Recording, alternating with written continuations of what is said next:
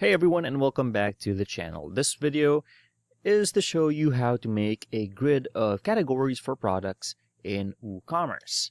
Now, in this video, we're using the Blocksy theme, and it might be a bit different depending on your theme, but let's just go ahead and head over to the customizer by clicking on customize over here, and we'll end up in the WordPress customizer, obviously, and we can scroll down and we can find the WooCommerce archive template options right here.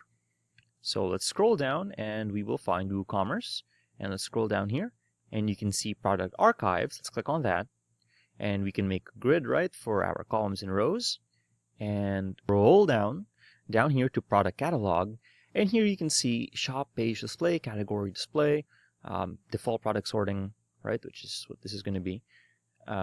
We can go ahead and click on categories and change it to subcategories, and now our grid will be 4 categories.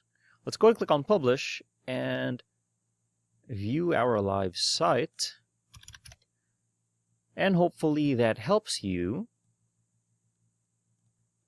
in your quest to make a grid for just product categories in WordPress WooCommerce. If you found this video helpful, please leave a like, comment, and subscribe to our channel, as it really helps us out with the YouTube algorithm.